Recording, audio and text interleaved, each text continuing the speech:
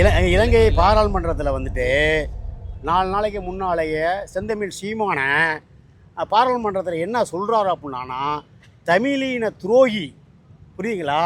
அதாவது மே 18ங்கிறத கொண்டாடுற செலிப்ரேட்டட் மெமோரியலாக அதை ஈழத்தமிழில் கொன்ன ஒரு டேட்டு, அதை இவர் பண்ண தகுதி இல்லை அப்படின்னு தகாத வார்த்தையாக இலங்கை பாராளுமன்றத்தை சொல்கிறாரு. பாராளுமன்றத்தில் இது பதிவு பண்ணக்கூடிய வார்த்தையே கிடையாது.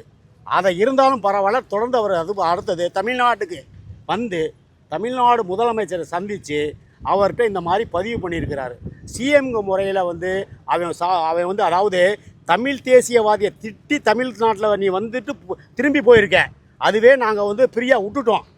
உனக்கும் தமிழருக்கும் விஜய்க்கும் என்ன சம்பந்தம் இருக்குது? நீ சீமான கையில் எடுக்க நீ யார்? நீ ஒரு ராஜபட்ச கைக்கூலி, ராஜபட்ச பையனுடைய உருவாக்கப்பட்ட ஆள். நீ அர்ஜுனா ராமநாதன் எம்பி. நீ யார் ஒரு தமிழனை பேசுறதுக்கு உனக்கு என்ன அருகதை இருக்குது? எங்கள் பாராளுமன்ற எங்களுடைய தமிழ்நாட்டில் நாங்கள் வேட்பாளர் எதிராக அவர் ஜெயிச்சிருக்கிறத பற்றி வரவேற்கிறோம். எங்களுக்குள்ள 1000 பிரச்சனை இருக்குது. நாளைக்கு கூட்டு சேர்ந்து கூட பேசியே சரி பண்ணிக்குவோம். அது எங்களுக்கும் முதல்வருக்கு உள்ள பிரச்சனை. அதை 3ஆம் நாட்டில் வந்து நீ அயல் நாட்டில் சொல்கிறதுக்கு உனக்கு என்ன அதிகாரம் இருக்குது? நாய், நீ ஒரு நாய். நீ வந்து ஏவப்பட்ட ஏவலாளி, இந்த ராஜபட்ச கைக்கூலி திருடன். நீ வந்து யார்? ராஜபட்சோட பையன் மையனால் வளர்க்கப்பட்டவன். அதாவது என்ன உன்னுடைய குறிக்கோள்? மயிலில் கூட பிடுங்க முடியாது. அதாவது மே 18 தமிழருக்காக வந்து, அதாவது 2008 2009 வாரில் ஈழத்தமிழர் 1,70,000 கொள்றான். கேட்க ஆள் இல்லை.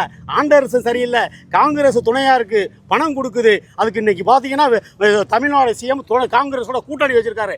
இரத்த கரைப்பட்ட தமிழரை கொன்று குவித்த, தமிழர்களை கொல்ல பணம் கொடுத்த அந்த காங்கிரஸ் பேர் இயக்கத்தோட தமிழ்நாடு முதல்வர் உடனே கூட்டணி. நாங்கள் அதை பற்றியெல்லாம் பேசலை. அது உங்களுக்கு தெரியுதோ தெரியலாம், அதை பற்றியெல்லாம் எங்களுக்கு கவலைகள் இல்லை. அமோகமாக வெற்றி அடைஞ்சாச்சு.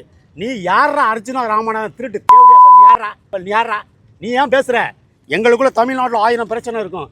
நீ அயல் நாட்டில் உள்ளவன். நீ இலங்கையில் ராஜபட்ச ஆளு. நீ வந்து இங்கே வந்து சீமான பேசுறதுக்கு உனக்கு என்ன தகுதி இருக்குது? நீ யார்? ஏவப்பட்டவன் சார். அந்த நிகழ்ச்சி நடத்தக்கூடாது. தமிழர்கிட்ட ஒரு அமைப்பு தொடர்ந்து பண்ணிக்கிட்டே வர்றோம். இதை தொடர்ந்து இலங்கை மக்களுக்காண்டி, இப்போ யாழ்ப்பாணம் செத்த 1,70,000 மக்களுக்காண்டி தொடர்ந்து நாங்கள் பயணம் பண்ணி செஞ்சுக்கிட்டு வரோம். அந்த தமிழின மக்களுக்கும் சீமானுக்கும் தமிழ்நாட்டுக்கும் ஒரு உறவை பிரிக்கிறதுக்கான கைக்கூலி நீ உன் நாட்டோட வச்சுக்க. இனிமேல் தமிழ்நாட்டுக்கு வந்துடாத. வந்து திரும்பி நீ போக முடியாது. எதுக்கு இதெல்லாம் சொல்கிறேன்? வந்தியா டீசெண்டாக பேசிட்டு போயிட்டாரு. நீ வந்து எங்கள் நாட்டில் வந்து பிரச்சனை உறவு நீங்கள்லாம் ஆள் கிடையாது. எங்களுக்கு இலங்கை என்னைக்கு எதிரி சார். ஆனால் மத்திய அரசுக்கு உறவு. காரணம் தொழில் பண்ணுறாங்க, தொழில் கூடங்கள் வர்த்தகம் பண்ணுறாங்க. அதனால் எல்லா பிரச்சனையும் இங்கே அனுராக் குமார திசாநாயகிட்ட இலங்கையும் தமிழ்நாடும் உறவாக இருக்கணும்னு அவங்க ஒரு எண்ணமே எடுக்கலை. காரணம் என்னன்னாக்கா, அது இன்னைக்கு நேரத்து கிடையாது. கச்சத்தீவுலேருந்தே பிரச்சனை இருக்குது. அதெல்லாம் ஒரு பக்கம் இருக்கட்டும். தமிழ்நாடு சிஎம் அவர் சந்திக்காரோ அவருடைய விருப்பம். எங்களுடைய முயற்சிக்கு நீ ஆளே கிடையாது. இங்கே யாராலையும் பிரிக்கக்கூடாது முடியாது சார். நீங்கள் மத்திய அரசு தமிழ்நாடை கூறு போட்டுருச்சு. திராவிட கையிலாம் எல்லாம் கைக்கூலி ஆயிடுச்சு. நாங்கள் என்ன சொல்கிறோம்னா, வாக்கு வங்கி பெட்டியை பிராடுங்கிறான். எதுப்புன்னு சொல்ல வரணும்னாக்க, அதாவது பரப்புரையிலே அவர் என்ன சொல்கிறாருனாக்க எங்களுக்கு திராவிட முன்னேற்ற கழகம் தான் போட்டின்னு சொன்னார். ஜெயிச்சிட்டார், அமைச்சாச்சு. அதை பற்றியெல்லாம் அமோகமாக எங்களுடைய சீமானுடைய சப்போர்ட் நேராக பார்த்துட்டாரு. பார்த்து கூட அண்ணன் என்ன சொல்லிட்டாருன்னா, அந்த கனிம வளத்தையும் அந்த குளங்கள்லாம் சுத்தம் பண்ணுங்க, 2 ஆப்ஷன்ஸ் முறையாக சொன்னார் அண்ணன். யார்கிட்ட? சிஎம் கிட்ட. பேரை சொல்லக்கூடாது இல்லை. அதனால வந்து நாங்கள் வந்து விஜயை எதிராளியான்னு நினைக்கல. அவர் தமிழ் மக்களால் தேர்ந்தெடுக்கப்பட்டவர். நாங்கள் என்ன சொல்கிறோம்னா, அவர் சொல்லிட்டார். யாரே முதலமைச்சர் வந்து தமிழ்நாட்டில் மக்கள் உள்ள காசை 1 ரூபா கூட நான் மக்கள் காசை எடுக்க மாட்டேன், எடுக்கிறதையும் விட மாட்டேன்னு சொல்லியிருக்கார் சார். புரியலையா? அதுவே பெரிய அவர் வார்த்தை, ஃபஸ்ட்டு வார்த்தை. 2வது என்னன்னாக்க, அவர் சொன்ன ஆப்ஷன்லாம், நான் ஆட்சிக்கு வந்தால் 2500 பணம் தர்றேன்னு இருக்கார். வேலை இல்லையா, 4000 ரூபா பணம் தரேன் இருக்காரு.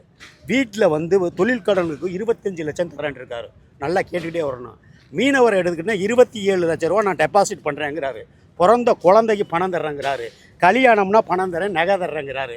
புரியலைங்களா? இது மாதிரி பல அதாவது கவர்ச்சிகரமான எல்லாத்தையும் சொல்லிட்டார். வந்து ஆட்சி அமைச்சாச்சு. ஆட்சி அமைச்சிட்டு என்ன சீட்டில் உட்காந்து சொல்கிறாரு? கஜானா காலிங்கிறாரு. அதான் வந்து நாங்கள் ஏற்றுக்க முடியாது. நல்லா புரியுதா? நாங்கள் என்ன சொல்கிறோம்? பரப்புரையில் நாங்கள் வந்து இலவசம் தரமாட்டோம். சீமானுடைய பரப்புரையில் 234 தொகுதியிலேயும் பரப்புரைக்கு போனார். மரியாதைக்குரிய விஜய் அவர்கள் அதிகபட்சம் ஒரு 15 இடத்துல பரப்புரைக்கு போயிருப்பார். தரையில் காலே படலை. நாங்கள் தரையிலே பட்டோம். அது வேறு விஷயங்கள், ஜெயிச்சிட்டார். ஆனால் சொன்னதை செய்யணும், மாற்றுக்கிறதே கிடையாது. காசு இல்லை, பணம் இல்லை அப்படிங்கிறத எங்களுக்கு பேச்சு கிடையாது. அது அடுத்த தமிழ்நாடு வந்து ஒரு லாட்ரி குடும்பத்துக்கிட்ட போய் மாட்டிக்கிச்சு.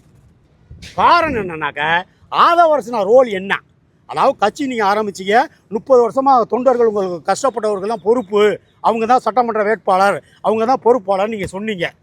குஷி ஆனந்த் தான் பொதுச் செயலாளர்ன்ட்டு. ஆனால் நீ கட்சின்னு அரசியலில் அந்த மன்றத்தை கிளச்சி அரசியல்னு வரும்போது உங்களுக்கு ஜென்ரலாகவே ஆள்கள் தேவைங்கிறன்னு பரப்புரை சொல்கிறீங்க. நான் தான் முதல்வர், நீங்கள் யாராச்சும் இந்த இதில் கூட்டணிக்கு வந்திக்கலான்னு சொல்கிறீங்க. சரி ரைட்டு, ஆட்சி அமைச்சாச்சு, ஜெயிச்சாச்சு. நீங்கள் சொன்ன வார்த்தை அந்த 2500 பணத்தை கொடுக்கணும்.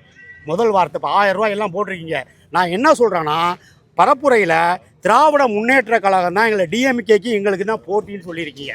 பரவாயில்ல, அது ஒரு பெரிய பிரச்சனை இல்லை. ஆனால் அதே திராவிட முன்னேற்ற கழக 23 கூட்டணி சேர்ந்த அதாவது வலது இடது கம்யூனிஸ்ட்டு, உங்களுக்கு விடுதலை சிறுத்தைகள், அது மாதிரி உங்களுக்கு இந்திய முஸ்லீம் லீக், இப்படி 13 எம்எல்ஏ சீட்டை நீங்கள் வந்து ஆதரவு கேட்டிருக்கீங்க ஸ்டாலினை மீறி. அப்போ அந்த கட்சி கட்டமைப்பை நீங்கள் உடைக்கிறீங்க. புரியுங்களா? இங்கே செங்கோட்டையன் என்ன பண்ணுறாருன்னா, லீமா ரோஸ், யார் அந்த லீமா ரோஸ்? லாட்ரிக்கு பிறந்தது, திருவாரணை சொந்த ஊர், படிப்பு கல்வி 5வது தான் படிச்சிருக்கு.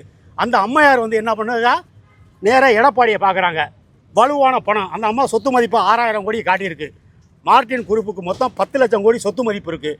அவங்க ஏக காலத்தில் அரசியலில் இல்லாத போது மக்களுக்கு என்ன செஞ்சாங்க? இப்போ 68 வயசில் நீ அரசியலுக்கு வர வேண்டிய ஆர்வம் என்ன? அப்போ திராவிட கட்சியை உடைக்கணும். மத்திய அரசுடைய உட்கோவம். புருஷன் மார்டின் பிஜேபி, மக பொண்டாட்டி வந்து ஏடிஎம்கே, மகன் வந்து கட்சி ஆரம்பித்து பாண்டிச்சேரியில் ஒரு எம்எல்ஏ. அப்போ என்ன நிலவரம் நடக்குதுன்னா, அதாவது உங்கள் லாட்ரிக்காண்டியா எங்கே இருந்து பர்மாவிலேருந்து விரட்டி அடிக்கப்பட்டு 88ல் 13 வயசில் வந்து நீ தமிழ்நாட்டில் லாட்ரி டிக்கெட் எடுத்தேன். இத்தனை லட்சம் கோடி இருந்துருக்கு. ஏக காலத்தில் ஒரு ரத்தன் டாட்டா, ஒரு விப்ரோ கம்பெனி முதலாளி இந்த மாதிரி 80 லட்சம் கோடி செலவு செஞ்சுருக்காரு. 10 லட்சம் கோடியில் ஒரு 1000 லட்சம் கோடியை நீ செலவு பண்ணியிருக்கலாம், பொது சேவை செஞ்சுருக்கலாம். இதெல்லாம் ஒரு பக்கம் இருக்கட்டும், நாங்கள் அதெல்லாம் கவலைப்படல. யார் அதாவது பொதுப்பணித்துறை வந்து இப்போ ஆதவ அர்ச்சனா, விளையாட்டுத்துறை மந்திரி அவர் தான். Keerthana industries minister. இப்போ இண்டஸ்ட்ரீஸ் மினிஸ்டர் ஏற்கனவே டிஆர் பாலு பையன் இருந்தாப்புல. அவர் அந்த தமிழ்நாட்டுக்கு படித்தவங்களுக்கு பொறியியல் படிப்பு, பாலிடெக்னிக் படித்தவங்களுக்கு என்ன தொழில் கூடத்துக்கு சேர்த்தாருங்கிற கேள்வி. இப்போ நீங்கள் அதெல்லாம் மாற்றி ஒரு விரல் பிரச்சனை வந்திருக்கீங்க. இப்போ கீர்த்தனா தான் இண்டஸ்ட்ரீஸ் மினிஸ்டர். இப்போ சமீபத்தில் என்னன்னாக்கா 15000 கோடி டிஆர்டிஏ நவீன 5ஆம் தலைமுறை பிளைட் தயார் பண்ணக்கூடிய இடம் கேட்குறாங்க. இடமும் தர்றேன்னு சொல்லியாச்சு. எல்லாம் நடக்குது எங்கே? ஓசூரில். அப்போ அந்த அமைப்பு வந்துச்சுன்னா ஒரு 5000 பேருக்கு வேலை கொடுக்கலாம். இந்த ஆண்டு அரசு என்ன பண்ணுது? அதை என்ன பண்ணுதுன்னா, இவருடைய பங்காளி யார்? ஆந்திரா முதல்வர் அவர் என்ன பண்ணி புட்டாபர்த்திக்கு போயிடுச்சு. இந்த கட்டுமான பணி டிஆர்டிஓன்னா ராஜ்நாத் சிங் இப்போ மினிஸ்டர். அந்த 15000 கோடி இங்கே மூலதனமாக ஆகியிருந்துச்சுன்னா 5ஆம் தலைமுறை பிளைட்டு தயார் பண்ணுறது, அதுக்கு வந்து ரஷ்யா கொலாபரேஷன். இப்போ இந்த கீர்த்தனா சிஎம் இந்த பணியை நீ இமிடியேட்டாக ரெக்கவர் பண்ணி தமிழ்நாடு கொண்டு வரணும். இது வந்து பரந்தூரில் வந்து ஓடுதளத்துக்கு கேட்ட இடம் கிடையாது. 20 லட்சம் கோடிக்கு விற்கலை. யாரும் பரந்தூரில் வந்து 20 லட்சம் கோடிக்கு எடப்பாடி ஆட்சியில் பணம் வாங்கிட்டான். இது மாட்டுக்கிறதே கிடையாது. இப்போ அதில் சீமான் முதல்ல போய் ஈடுபாடு தலையீடு, 2வது விஜய். இது ஒரு பக்கம் இருக்கட்டும், இது இண்டஸ்ட்ரீஸ் பண்ணணும். நீங்கள் முதல்ல இதை ஸ்டெப் எடுங்க. நவீனமாக கல்லாவில் பணம் இல்லைன்ட்டீங்க, ரைட்டு, ஓகே. நீங்கள் எங்கே பணம் வாங்கி ஆதவர்சனா வாங்குறீங்க, யார்கிட்ட வாங்குறீங்க, எங்களுக்கு அவசியம் கிடையாது. நீங்கள் 1000 ரூபா ஸ்டாலின் என்ன சொல்கிறாருன்னா, இன்றைக்கி சட்டமன்றத்தில் அவருடைய அறிவாலயத்தில் எங்கள் ஆட்சி தான் நடக்குதுங்கிறாரு. வெக்கமாக இருக்குது. ஏன்னா நீங்கள் கூட்டணி 13 பேர் உங்களுக்கு சப்பை கட்டி இருக்கிறாங்க. ஏற்கனவே நீ ஏடிஎம்கே உடைச்சாச்சு. லீமா ரோஸும் எல்லாத்துக்கும் 5 கோடி. லால்குடியில் வந்து நிற்கும் பொழுது மொத்தம் 40 பேர், நகர செயலாளர், மாவட்ட செயலாளர், ஒன்றிய செயலாளர் எல்லாம் 10 லட்சம் காரு வெள்ளாண்டுருச்சு. Right, okay. லீமா ரோஸ் தான் இனிமேல் வந்து தமிழ்நாட்டுக்கு பிஜேபியுடைய ஆள் அவங்க தான், அதில் மாட்டுக்கிறது கிடையாது. ஏன்னா புருஷன் பிஜேபி. இது பாடி இப்போ வந்து திராவிட இயக்கங்களை உடைச்சா சார். திராவிடம் இனிமேல் ஏடிஎம்கே டிஎம்கே